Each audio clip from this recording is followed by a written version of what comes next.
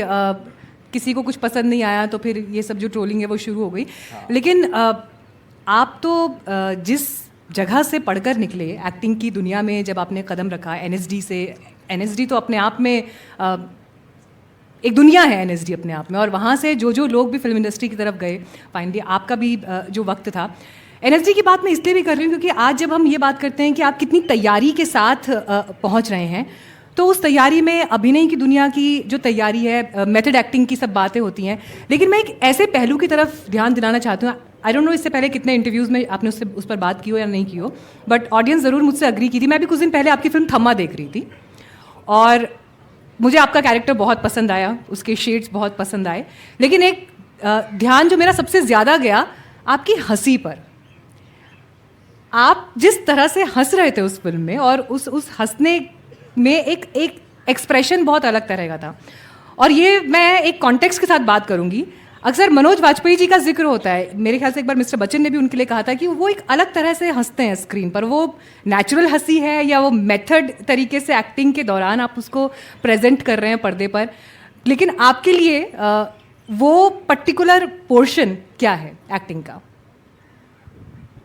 हंसी तो हंसी होती है, हाँ कैरेक्टर के हिसाब से कभी कभी चेंज करनी पड़ती है, बट अदरवाइज एक नेचुरल हंसी सबकी एक जैसी ही होती है। आप भी अगर जब हंसती होंगी तो आपने उसके लिए प्रैक्टिस अलग से, तैयारी उसके लिए अलग से की थी या नहीं कोई तैयारी नहीं। हाँ कई 1000 तरीके होते हैं हंसने के। एक हमारे सीनियर थे तो उनका जब वो हंसते थे तो आवाज़ नहीं करते थे, बस कंधों को उचकाते थे वो ऐसे, तो हमें पता था वो हंस रहे हैं। तो 1000 तरीके हैं हंसने के भी आजकल। ये 1000 तरीके जो आज की पीढ़ी के एक्टर्स आ रहे हैं वो प्रैक्टिस कर रहे हैं इस तैयारी के साथ? डिपेंड करता हूँ, वो जाने। मैं तो बहुत प्रैक्टिस करके आया, और मैं तो हर एक्टर से यही बोलता हूँ कि लक पे थोड़ा कम विश्वास करें, प्रैक्टिस पे ज़्यादा करें। ट्रेनिंग बहुत इंपॉर्टेंट है, वर्कशॉप बहुत ज़रूरी है ना। अक्सर मैंने ये सुना है बहुत सारे बड़े बड़े एक्टर्स और डायरेक्टर्स को बोलते हुए कि लक बहुत इंपॉर्टेंट होता है, but I am telling you कि लक कोई काम नहीं करता। मेरे साथ तो नहीं किया, बाकियों के लिए करता होगा। मेरा लक पे 0% बिलीव है। अगर हम लक के ऊपर बात करते हैं ना, तो ना आप इसका मतलब आप ये कह रहे हो कि प्रैक्टिस वैक्टिस करने की जरूरत नहीं, आराम से चादर तान के सो जाओ, जब लक होगा तो मिल जाएगा चीज़ें। तो ये चीज़ें ना बोलनी नहीं चाहिए। आप अगर इंस्पायर करना है किसी को तो उनको बोलोगे यार ट्रेनिंग लो, एजुकेशन लो, प्रैक्टिस करो। इतनी प्रैक्टिस कर लो कि अगर सामने वाले, जब आप किसी के सामने जब खड़े होते हैं ना, तो वो आपको इग्नोर कर ही ना सके, इतनी प्रैक्टिस कर लो। तो बहुत ज़रूरी है ट्रेनिंग, प्रैक्टिस। ये लक बोल के ना लोगों को ना वो शिथिल मत बनाओ यार। मैंने बहुत सारे लोगों को देखा है कि नहीं यहाँ पे जो लिखा होता है, अरे कहीं नहीं लिखा होता भाई, ट्रेनिंग करो यार, प्रैक्टिस करो, वो बहुत ज़रूरी है, और उसके लिए एफर्ट करो। अगर 10 बार भी आपको सक्सेस नहीं मिले, 11वीं बार भी करो। लोग आई थिंक 30-40 साल में बोले थे ये बहुत कर लिया मैंने, अब शायद नहीं मिलेगा। नहीं, ज़रूर नहीं हो सकता 50 साल में मिले, क्यों पीछे हट रहे हो यार? 50 साल में भी सक्सेस मिलती है, ऐसी बात थोड़ी है। तो मेरा तो बिलीव नहीं है, ना मेरे साथ कभी ऐसा कोई चमत्कार हुआ। मैंने एक स्टेप बाय स्टेप चीज़ें मुझे मिलती गई, और इसलिए मिली कि जब एक सीन किया था, एक सीन से दूसरा सीन मिला, दूसरी तीसरी फिल्म मिली, चौथी फिल्म मिली। मेरे साथ ऐसा हुआ। मुझे लकीली कोई चीज़ नहीं मिली, और ना मेरा बिलीफ है इस चीज़ पे। नहीं, और आप तो इस बात की जीती जागती एग्जाम्पल हैं हमारे लिए, क्योंकि मुझे ध्यान है गैंग्स ऑफ वसेपुर जब आई, और उसके बाद जैसे एक कहते हैं ना कि किसी भी व्यक्ति के लिए एक वो मोमेंट जब आप ये कह सकते हैं कि okay finally I have arrived, तो वो एक ऐसा क्षण था। लेकिन वो क्षण कितने समय के बाद आया? मतलब सरफरोश से जो सफ़र शुरू हुआ, एक सीन का आपने जिक्र किया था, और उसके बाद आई एम श्योर बहुत सारे लोग इस बात से ज़रूर इत्तेफाक रखेंगे कि ऐसी बहुत सारी फिल्में हम लोगों ने भी देखी जहां हमने बाद में नोटिस किया कि अच्छा नवाज साहब तो इस कैरेक्टर में हमें यहाँ भी दिखाई दिए थे, या इस फिल्म में भी दिखाई दिए, लेकिन वो जर्नी आपके लिए स्ट्रगल की बहुत लंबी रही। अगर मैं गलत नहीं हूँ तो मेरे ख्याल से 1 दशक का समय कम से कम रहा। हाँ, बिल्कुल। 1 दशक, सरफरोश से लेकर गैंग्स ऑफ वसेपुर में आने तक। और मैं आपके बारे में आज जब पढ़ रही थी अलग अलग आपसे जुड़ी हुई किस्से और पुरानी बातें, तो एक बात निकल कर आई कि जब आप एनएसडी से निकलकर मुंबई का भी आपने रुख किया, और स्ट्रगल वाले जो आपके दिन थे, तो आपने किसी सीनियर से कुछ सपोर्ट या हेल्प भी मांगी होगी रहने के लिए भी, तो उन्होंने कहा कि आपको मेरे लिए खाना भी बनाना पड़ेगा और यहाँ रहना पड़ेगा। ये सच है? मैंने हाँ, ऑनलाइन बिल्कुल, क्योंकि ये बिल्कुल। पढ़ा। मैंने किया भी 1-1.5 साल तक किया, उसका खाना बनाया। 1 साल के बाद मुझे रियलाइज़ हुआ यार मैं तो बहुत बहुत अच्छा शेफ़ बन गया, कुक बन गया मैं तो बाद में मैंने छोड़ा। मैंने कहा नहीं यार मुझे कुछ करना पड़ेगा, मुझे निकल के बाहर काम करना पड़ेगा, और मैंने किया। तब जाके मतलब 1 साल उसके लिए खाना बनाया, तब जाके रियलाइज़ हुआ। आपको क्या वो वक्त ऐसा लगता था कि ये डू और डाई है, करो या मरो, या तो जम जाना है, छोड़ना नहीं है? लेकिन हाँ, छोड़ना तो नहीं था, ये तो नहीं था। मैं हार के तो नहीं जा सकता था, वापस नहीं आ सकता था। इस मामले में तो बहुत जिद्दी हूँ। ये जो इतनी स्ट्रॉन्ग विल थी, बहुत क्योंकि strong। आज जब हम देखते हैं कई बार एक एग्जाम अच्छा नहीं हुआ, बच्चे इस पर उदास से डिप्रेस हो जाते हैं। एक एग्जाम अच्छा ना होने पर, पासिंग मार्क्स नहीं आ पाए, 90 टच नहीं कर पाए, डिप्रेस हो गए बच्चे।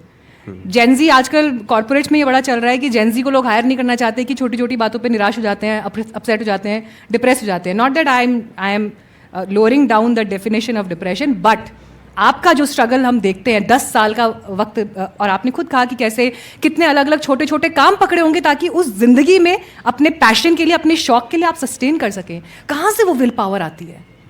ऑफ कोर्स वही ट्रेनिंग से। मैं मुझे ये मालूम था कि जिस दिन मुझे मौका मिल गया ना, वो मौका मैं ज़ाया नहीं जाने दूंगा, हाथ से नहीं जाने दूंगा। मौका मिलने की देर थी, और मौका मिलता है, ऐसी बात नहीं। हर इंसान को, कहते हैं ना कि हर इंसान को 2-3 बार 3 बार अपॉर्चुनिटी मिलती है, और वो पहचानने की ज़रूरत है। अगर आप में इतनी क़ुव्वत है कि जो मिल रहा है कि वो अपॉर्चुनिटी है, तो आपको कोई रोक नहीं सकता। फिर अभी जैसे अक्सर मैंने देखा, जैसे आप एक्टर्स की बात कर रही हैं, बहुत सारे एक्टर्स को लगता है जब शुरू में जाते, अरे एक सीन है यार, एक सीन में क्या हो जाएगा, क्या दिखा दूंगा मैं। नहीं, अगर आप 1 मिनट तक स्क्रीन पे हैं तो आपके अंदर इतनी क़ुव्वत होनी चाहिए कि ऑडियंस को 1 मिनट तक रोक सकें आप, और ये उसको दिलासा दे सकें ऑडियंस को। जब मैं 1 मिनट तक स्क्रीन पे रहूँगा ना, मेरे आसपास कितना भी बड़ा एक्टर हो, लोग मुझे देखेंगे। इस चीज़ की अगर, क्या बात है, इस चीज़ की अगर आपके पास कॉन्फिडेंस है तो आप तभी आ पाएँ। और वो हर एक्टर में, हर इंसान में एक खूबी होती है। हर इंसान में कोई ना कोई खूबी ज़रूर होती है। आप जितने भी बैठे हैं ना, आप पहचानिए, अपने आप को वक्त दीजिए, आपको पता चलेगा कि आपके अंदर ना एक अलग तरह की क़ुव्वत है, अलग तरह की खूबी है। कभी भी ऊपर वाले इंसान को ऐसे ही नहीं भेजता। पहचानने की ज़रूरत है कि आपका पर्पज़ है यहाँ आने का, वो आपको पहचानना है। पर ये स्ट्रगल के दिन से अगर आगे निकले और आज के वक्त को देखें, जब OTT है और OTT पर अपॉर्चुनिटीज़, आजकल जिस तरह की फिल्मों पे, कंटेंट पे, कहानियों पे काम हो रहा है, आपको लगता है कि ये वक्त अगर आपने आज डेब्यू किया होता तो परिस्थितियाँ अलग होती? या आई थिंक मुझे लगता है कि वैसा ही एक्टर, होता? हम लोग एक्टिंग करते हैं। मैं सच बताऊँ, मैं प्ले करता हूँ, तो प्ले में भी अगर मैं अच्छा हूँ तो मैं प्ले में भी अच्छा हूँ, OTT पे भी अच्छा हूँ, और स्क्रीन पे भी अच्छा हूँ। अच्छा एक्टर हर जगह अच्छा होता है। फ़र्क क्या होता है ना, कि जैसे हमारे यहाँ कहा जाता है कि एक अच्छा एक्टर होता है, एक बुरा एक्टर होता है। बुरा एक्टर कभी कभी कम बुरा करता है, अच्छा एक्टर कभी कभी कम अच्छा करता है, कभी ज़्यादा अच्छा करता है। ऐसे बुरा एक्टर कभी कभी कम बुरा करता है, कभी ज़्यादा बुरा करता है। इतना फ़र्क है बस। आपका कौन सा रोल है जो आपके दिल के सबसे करीब है? मुझे तो लगता है कि मुझे तो लगता है कि भी बहुत सारी अभिनय और किरदार आने बाकी हैं, बट स्टिल अगर एक आपको मास्टरपीस कहना हो मैं सच बताऊं, मास्टरपीस में तो पिछले कैरेक्टर को देखना भी नहीं चाहता हूं, बट हाँ इतना मुझे लगेगा कि आने वाले वक्त में बहुत सारे कैरेक्टर जो मेरे दिल के करीब होने वाले हैं। Let's see. मतलब फैजल में से फैजल, रमन राघव, मैं सच बताऊं आपको, मैं बहुत ही मैं वैसा इंसान नहीं हूं जो अपने ग्लोरिफिकेशन में जीता हूं अपने पास्ट कैरेक्टर्स के। मुझे आने वाले वक्त में जो कैरेक्टर मिलेंगे उन पे ज़्यादा मेरा फोकस रहता है। मैं कभी भी नहीं बात करना चाहता जो मैं कर चुका हूँ उसके बारे में। अच्छा, मुझे नहीं मालूम कि आप कभी, आपको किसी और ने कहा या आप कभी इस तरह इस पर्टिकुलर सवाल को इस नज़र से देखेंगे या नहीं, लेकिन जब मैं आपका एक्टिंग परफॉर्मेंस और स्कूल ऑफ एक्टिंग देखती हूँ, जिस जॉनरा से आप आते हैं, मुझे पर्सनली ऐसा लगता है कि आज मैं इरफान साहब को स्क्रीन पर मिस करती हूँ। कितने लोग हैं जो इरफान साहब को स्क्रीन पर मिस करते हैं? ये ऐसा लगता है कि बहुत कुछ अभी और आना बाकी था। लेकिन एक व्यक्ति जहाँ पर मुझे लगता है कि, या एक ऐसा एक्टर जो शायद उस उस वैक्यूम को भर सकते हैं या नहीं नहीं, मैं उसको आगे किसी के लेकर जा सकते हैं? मैं खुद को भरने आया हूँ। मुझे किसी इंसान या किसी एक्टर के पर मुझे तो लगता है कि उनकी विरासत आपके कंधों पर है। नहीं नहीं नहीं, मुझे अपना देखना कि मेरे अंदर बहुत वीकनेसेस हैं अभी, उनको उसको देखना है मुझे किसी और एक्टर के वैक्यूम को नहीं भरना। मुझे मेरी खुद की जर्नी है और मेरी पर्सनल जर्नी है ये। मैं किसी की वजह से नहीं आया था यहाँ पे। मुझे खुद का वो करना है। मुझे मालूम है कि मेरे अंदर बहुत सारी वीकनेसेस है और वो थ्रू द कैरेक्टर, जब भी और भी कैरेक्टर्स बहुत आएंगे, उसको मुझे किस तरीके से डील करना है उन कैरेक्टर्स को, वो उस पर ज़्यादा मेरा फोकस है, ना कि मैं किसी और दूसरे एक्टर का वैक्यूम भरने के लिए आया हूँ यहाँ पे। चलिए, ये तो खुदा ने, भगवान ने आपको इतना कुछ दिया है, आप उस पर फोकस कीजिए। ये दूसरे जो कैरेक्टर्स, एक्टर्स होते हैं या एक्टर्स होते हैं, उनको देखने की जरूरत नहीं है यार। बहुत आपके अंदर बहुत कुछ है, सोना भरा पड़ा है, उसको फाइंड आउट करना है। चलिए, ये तो और दिलचस्प है कि आपके अभी खजाने से ऐसे और बहुत से किरदार हमारे सामने आने बाकी, जिनकी प्रतीक्षा हमको भी है। एक्टर्स को लेकर और आज के वक्त में जो बॉलीवुड में भी माहौल है या देश भर में जिस तरह की परिस्थितियां, आपको लगता है आज की तारीख में एक्टर्स के लिए पॉलिटिकल होना या पॉलिटिकल स्टेटमेंट्स देना मुश्किल हो गया, डिफिकल्ट हो गया है? क्योंकि अभी आपने थोड़ी देर पहले ट्रोलिंग का भी जिक्र किया, तो एक परिस्थिति ऐसी आ गई है। मेरा 0% इन्वॉल्वमेंट है। मेरा खुद का ही इतने सारे काम हैं एक्टिंग के ही, कि मैं उनको, या इतनी हज़ारों लाखों फिल्में हैं वर्ल्ड वाइड, कि मैं उनको देख लूँ तो मेरी ज़िंदगी तर हो जाएगी, कंप्लीट हो जाएगी, इतना ही है। बाकी अगर हम और चीज़ों पे फोकस करेंगे तो वो अननेसेसरी है, क्योंकि आपको ना, आपके हर इंसान के ज़िम्मे ना एक काम है। जैसे आप बैठे हैं यहाँ पे, आपका काम ये है, आप उसमें एक्सपर्ट हैं। मेरा काम ये है एक्टिंग करना। एक इंजीनियर है, वो उस चीज़ में एक्सपर्ट है।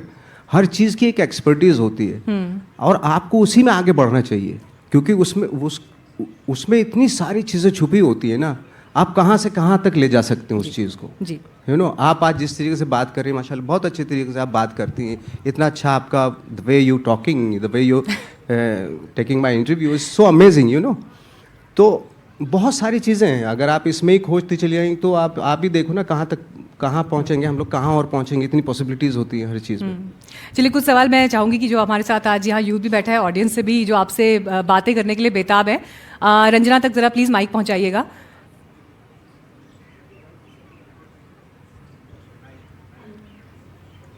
हाथ खड़े करिए। हाँ, जो सवाल किया। एक चीज़ का जिक्र जो आपने किया कि 1 दशक लग गया आपको शुरुआत से लेकर इस स्तर तक पहुंचने के लिए। मैं राजस्थान से हूँ नवाज जी, हमारे यहाँ राजस्थानी में कहते हैं खम्मा घड़ी, गड़ी खम्मा सा। आप यहाँ पधारे, बहुत शुक्रिया। और हमारे यहाँ राजस्थानी में कहते हैं कि आज री थेपियोड़ी आज को नहीं बढ़े, यानी कि जैसे कि नवाज जी ने भी जिक्र किया कि समय लगता है सफल होने में। आज री थेपियोड़ी का मतलब होता है कि जो कंडे होते हैं गोबर के, उसको लेकर ये कहावत कही गई है कि अगर आज उसे आप बनाते हैं तो वो आज नहीं जल सकते, क्योंकि वो गीले होते हैं। उसके लिए आपको समय लगता है, पेशेंस रखना होता है, जिसका जिक्र मीनाक्षी भी कर रही थी कि आज के बच्चों में जो पेशेंस है, जेनजी जो है, थोड़ा सा कम है शायद। हालांकि वक्त के साथ वो बदलेगा। लेकिन अब चलते हैं सवाल जवाब की ओर। बहुत सारे लोग हमारे साथ हैं। आप क्या पूछना चाहेंगे नवाजी से? सबसे पहले तो सर गुड आफ्टरनून सर। मेरा ये क्वेश्चन ये है कि बहुत इजी क्वेश्चन है कि ये आपको पता है कि एक यूनिवर्सल ट्रूथ है कि हम कोई अमर हो के नहीं आया है। तो मैं बस ये पूछना चाहूँगा कि आपके जाने के बाद आपको लोग कैसे याद करेंगे? क्योंकि एक्टर तो आप हैं, लेकिन आप एक होता है ना कि आपको कैसे लोग याद करें। ऐसा सवाल क्यों कर रहे हो? ऐसी बातें मत करो भाई। जाने के बाद अभी मैं रहना चाहता हूँ उस दुनिया में भाई। नहीं, लेकिन सर एक होता है ना कि लोग जानते हैं कि मेरे को ऐसे लोग याद करें। मुझे लगता है अभी बहुत अच्छे से याद कर रहे हैं ना, इतने सारे किरदारों की याद दिलाई मैंने। बिल्कुल, कुछ शख्सियतें ऐसी होती हैं जिनका नामो निशा कभी नहीं मिटता। आप कुछ पूछना चाहेंगे? मैम, आप पूछना चाहेंगे? आप थोड़ा आगे आ जाइए सर, प्लीज आगे आ जाइए, जल्दी इधर आ जाइए, पूछिए। माइक। सर, मेरा पहला सवाल तो आपसे ये है कि आपने इरफान खान साहब के साथ इतना काम किया, तो उनकी क्या वर्क एथिक्स थी, जो क्योंकि वो पब्लिकली मीडियाज में बहुत कम आते थे, वो इंटरव्यूज भी इतना ज्यादा नहीं देते थे। अरे भाई बहुत आते थे, आप देखो उनके हजारों बट सर, जो उनकी वर्क एथिक आपने सीखा, आपने मतलब आप की कोई एक चीज जिससे आप इंस्पायर्ड थे इरफान खान के साथ? भाई हर एक्टर अच्छे एक्टर से इंस्पायर होता है। Thank you very much. Sir मेरा नाम आशा चौहान है और मैं आपसे ये पूछना चाहूँगी, जो द माउंटेन मूवी थी दशरथ मादी जी की, जो उसका प्ले कैरेक्टर था वो आपने दिल से फॉलो किया था या वो खाली स्क्रिप्ट के साथ की थी? आपको कैसा लगा? वो दिल से लग रहा था कि ऐसे खाना पूर्ति की थी मैंने? नहीं सर, खाना पूर्ति नहीं थी, लेकिन वो मैंने देखा कि उसमें जो स्टोरी थी वो हर किसी को अच्छी नहीं लगती उस चीज़ को लेकर के, तो आपने उसे अंदर से माना था कि हाँ उस इंसान को मेरे को अच्छे से रिप्रेजेंट करना चाहिए। मैडम, हर एक्टर जो होता है ना दिल से ही कोशिश करता है, मतलब जो डेफिनेटली जितने भी अच्छे एक्टर होते हैं वो दिल से ही, दिल और दिमाग का यूज़ करते हैं। तो वो डिपेंड करता है दूसरे के ऊपर, उसको वो किस तरीके से उसको पसंद आया। वो अगर आपको अच्छा नहीं लगे तो यानी कि मैंने फेक किया है वो, है ना? अच्छा अगर लगा नवाज जी, तो तभी definitely बड़ी तादाद में लोग इसीलिए आपको अच्छा सुनने लगा के तो लिए दिल से पहुंचे किया है। रंजना, आप अगली जगह माइक पर जाइएगा। एक क्वेश्चन मैं तब तक यहाँ से ले लूँगी। नवाज साहब, क्योंकि आपने जो किरदार निभाए हैं उनमें बायोग्राफीज वाले किरदार भी बहुत सारे हैं, नॉवेल्स उपन्यासों पर आधारित, लेकिन मंटो साहब का जब आपने किरदार निभाया, मंटो साहब ने, क्योंकि आज हम साहित्य के एक मंच पर भी बैठे हुए हैं, तो ऐसे किरदारों के लिए क्या आपने उनकी राइटिंग्स को भी पढ़ा, उनके मेंटल स्टेट को समझने के लिए? क्योंकि उन्होंने अपने दौर का बड़ा असहज सच लिखा है, लेकिन आज के दौर पर उस असहज सच को क्या लोग उतना खुले दिल से पढ़ेंगे, उतने खुले दिल से सुनेंगे, ये अपने आप में एक सवाल है। लेकिन आपकी जो वो तैयारी थी, क्योंकि हमें तो ऐसा लगा मंटो साहब बिल्कुल हमारे सामने बैठे हैं, हमने उनकी उस पीड़ा को आपके चेहरे के जरिए समझा। आज की पीढ़ी ने शायद उसके बाद जाकर मंटो साहब को सर्च भी किया होगा, उनके जो कहानियां हैं वो निकाल कर पढ़ी होंगी, लेकिन आपके लिए क्या वो डिफिकल्ट था उस दर्द को, उस असहज सच को पर्दे पर उतारना? हाँ, कुछ चीज़ें उनकी ऐसी थी कि जैसे मंटो साहब का ये था कि जो वो देखते थे वो लिखते थे, डरते नहीं थे वो किसी से, है ना? आज के दौर में भले ही थोड़ा अलग तरीके से सोचते हो राइटर, आपकी साहित्य से जो आप लिखते हैं, आपकी राइटिंग से पता चल जाता है कि वो कैसे, किस तरह के इंसान रहे होंगे। उनके बहुत सारे केसेस हुए उनके ऊपर, लेकिन उसके बावजूद भी उन्होंने वो सच्चाई लिखना नहीं छोड़ा। तो उससे पता चल जाता है कि इंसान कैसा रहा होगा। दूसरी बात, क्योंकि मंटो के वीडियोस नहीं है जी, तो मैंने ये डिसाइड किया कि जब उनके वीडियोस नहीं है तो मैं कैसे भी करूं, अगर मैं नवाज भी प्ले करूंगा लोगों को मंटो ही लगेगा। तो मैंने एक्चुअली उसमें कोई कैरेक्टराइजेशन नहीं किया।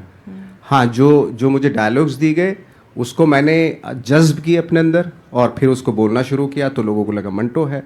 बट मैंने एक्चुअली उसमें कोई कैरेक्टराइजेशन, हाँ जो उसमें रिदम थी, ये जो उनके बोलने की रिदम थी उसको बरकरार रखा, क्योंकि जो डायलॉग्स लिखे थे वो बहुत ही पोएटिक और बहुत ही रिदमिक डायलॉग थे, मीटर था उसका, तो उसको पकड़ना बहुत ज़रूरी था। क्योंकि एक खूबसूरत लैंग्वेज जो होती है ना, चाहे वो हिंदी में हो या उर्दू हो, जब वो खूबसूरती से लिखी जाती है ना, तो उस एक कहीं ना कहीं मीटर होता है, उसके एक रिदम होती है, उसके जो लफ्ज़ होते हैं, शब्द होते हैं, वो बहुत खूबसूरती के साथ पिरोए जाते हैं, तब रिदम बनती है उसकी। तो उस रिदम का ख्याल रखा गया उसमें। बहुत खूब। अच्छा, वैसे आप खुद थोड़ा कुछ कविताएं, शायरी वगैरह ये सब मैं पढ़ते रहे हैं? मेरा सबसे बड़ा दुख दर्द यही है कि मेरे खानदान में बहुत शायर हैं, बट मैं शायर नहीं हूँ। मैं क्यों नहीं हूँ, मैं आज तक पढ़ने समझ के नहीं शौकीन पाया। रहे? मैं तो ये पूछ रही थी, एज ए रीडर, मतलब पढ़ा है नहीं पढ़ा है शायरी, कविताएं ये सब? मैंने पढ़ी थी, शुरू में पढ़ता था मैं। अब तो मैंने लव लेटर्स नहीं लिखे हैं बेसिकली? नहीं। ओहो, ये तो इनकी शायरी इन्होंने नहीं की, लेकिन नवाज जी के डायलॉग्स बहुत ज़्यादा फेमस हैं। और चूंकि मैं अगला सवाल लूँ, लेकिन मेरा आपसे एक बहुत ही दरख्वास्त है गुस्ताखी के साथ, कि मैंने आपके इंट्रोडक्शन में जब कहा कि आपका सबसे फेमस डायलॉग है कि अपन ही भगवान है, बहुत कम लोगों ने अपना रेज हैंड किया, क्योंकि मैं समझती हूँ कि जब हम युवा होते हैं, एक बहुत संघर्षों से गुजरते हैं, अलग अलग जॉब्स में सबके अपने संघर्ष होते हैं। जब तक हम अपने आप को चेयर नहीं करेंगे, जब तक हम अपने आप को अप्रिशिएट नहीं करेंगे, तब तक हम कुछ नहीं कर पाएंगे, ये ऑडियंस भी हमारे लिए चेयर नहीं करेगी। तो एक बार आप वो डायलॉग बोल दें, आई एम श्योर ये लोग कन्विंस हो जाएंगे कि अपन ही भगवान है इस दुनिया में। Please sir. हालांकि मुझे अपने डायलॉग पता नहीं, मैं सच बताऊं आपको, मैंने कई बार कई इंटरव्यूज़ में बोला है कि मैं जो डायलॉग, मेरे जो जितने भी पॉपुलर होते हैं उसमें भी सबसे गंदी एक्टिंग होती है। फिर भी ठीक है, मैं बोल देता हूँ, कभी कभी लगता है कि अपुनीश भगवान है। क्या बात है, जोरदार तालियां हो जाए। मैं अगला सवाल ले लेती हूँ। Hello sir, my name is Habiba. I'm from Ramjas College. Firstly, I'm really glad I'm here और मैं आपसे सवाल पूछ रही हूँ। मेरा सवाल आपसे ये है कि मैं कई बार सेल्फ इंट्रोस्पेक्ट करती हूँ खुद को, और मुझे ऐसा लगता है कि मैं बहुत सारे सवालों के जाल में फंस जाती हूँ और उससे निकल नहीं पाती। और जब मुझे कभी कहीं परफॉर्म करना होता है, like I love being on stage, but there is this voice in my head जो मुझे कॉन्स्टेंटली सेल्फ सबोटाज करती रहती है, जो कहती है Habiba you are going to fumble next, क्या होगा? How do you deal with that sir, and do you feel that or have often come across certain situations like this? मैं बताऊँ, आपने कहा फंबल ना हो जाए, ये उस तरह से डर लगता है आपको मालूम है जब कोई फंबल करता है स्टेज पे कितना अच्छा लगता है, या ऑड हो जाती है, ऑड सिचुएशन होती है स्टेज पे जब किसी एक्टर की या परफॉर्मर की, वो कितना अच्छा लगता है। इस चीज़ से डरना नहीं चाहिए। अगर फंबल भी हो रहा है तो होने दो ना, वो एक हम रियल लाइफ में भी तो करते हैं। इवन मैं आपको बताऊं कि कभी कभी ऐसा होता है कि जब हम परफॉर्म कर रहे होते हैं, सीन कर रहे होते हैं, और फंबल हो जाता है या नर्वसनेस हो जाती है, कुछ और हो जाता है, वो शूट करना चाहिए, वो रखना चाहिए। या कभी कभी बात करते करते ओवरलैपिंग भी होती है ना, वो रखना चाहिए, क्योंकि वही तो, उसी में तो मज़ा है। एक के बाद अगर वेल मेड परफॉर्मेंस करना, ये तो बहुत ही मैकेनिकल है एक्चुअली। हबीबा, आप नेचुरल एक्टिंग के मास्टर से बात कर रही हैं, तो जहाँ पे फंबल की बात हो रही है या जहाँ पर कोई आप कह रही है कमी रह गई है, वो कमी भी कैसे आप अपनी पावर के रूप में प्रेजेंट कर सकती हैं? वो नवाजुद्दीन सिद्दीकी हैं। अच्छा नवाज साहब, आज क्योंकि बहुत सारे यंगस्टर्स हैं और एक हमने टैगलाइन रखी थी अपने लिए आज के सेशन के लिए, सब संभव है, सब संभव है टैगलाइन के साथ में मैं चाहती हूँ कोई एक मैसेज जो आप यूथ को देना चाहते हैं, कोई एक मैसेज जो आप यूथ को देना चाहते हैं, लेकिन सब संभव है। ऑफ कोर्स, ये अपने आप में ही लाइन बड़ी बड़ी कमाल की लाइन है कि हर चीज़ संभव है ना, वही ना जी। हाँ, हर चीज़ संभव, अगर आपने ठान लिया ना हर चीज़ संभव है। मैं बता रहा हूँ, कोई भी, आई थिंक इवन जब आप कोई सपना भी देखते हैं वो भी संभव है। अगर आप उसमें जितने आप वियर्ड सपने भी देखते हैं ना, वो भी इसलिए दिख रहे हैं आपको क्योंकि वो रियलिटी में पॉसिबल हो सकते हैं। कभी कभी तो क्या होता है ना कि कभी कभी कहते हैं ना कि आउट ऑफ द बॉक्स सोचो कुछ, तो आउट ऑफ द बॉक्स वही है कि कुछ जो रियल लाइफ में, जब रियल लाइफ में कुछ चीज़ें आप पॉसिबल नहीं होते हैं ना और वो हो जाती है, तो लोगों के लिए वो आश्चर्यचकित करती हैं वो चीज़ें। तो आप कुछ भी सपने भी देखो, वियर्ड सपने भी देखो, इसका मतलब ये है कि वो संभव है।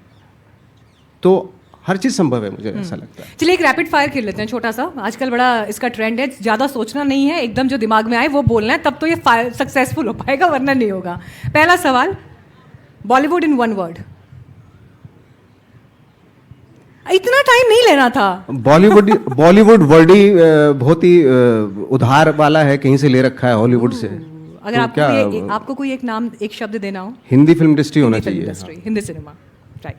ओटीटी या cinema hall, theatres, I mean OTT या थिएटर्स? एक्टर के लिए सारी चीज़ें एक जैसी है, वो कोई फर्क नहीं पड़ता एक्टर के लिए, क्योंकि हमें मैं यहाँ परफॉर्म कर रहा हूँ, तो मुझे नहीं मालूम कि ये ओटीटी, ये सामने जो कैमरा रखा है वो ओटीटी वाला है या फिल्म वाला है या क्या है। तो कोई भी अभिनय के लिए खुला आकाश है। एग्जैक्टली, बिल्कुल, बहुत अच्छी बात है। एक डायरेक्टर जिनके साथ आप फिर काम करना चाहेंगे? एक डायरेक्टर जिनके साथ आप फिर काम करना चाहेंगे? एक तो नहीं, बहुत सारे डायरेक्टर्स हैं। दो बता दीजिए, आप खुल के बैठे। दो भी नहीं, बहुत सारे, बहुत। मैं सच बताऊं, कोई इसमें कोई स्टैब्लिश वो नहीं है, डायरेक्टर्स नहीं है, सारे यंगस्टर्स हैं। अगर देखा डिप्लोमेटिक हो गए हैं नवाज साहब, खुलकर नहीं मैं तो बोल रहा हूँ कि मैं आजकल जो नए डायरेक्टर्स हैं उनके साथ ज़्यादा पॉसिबिलिटीज़ है कुछ नया करने की।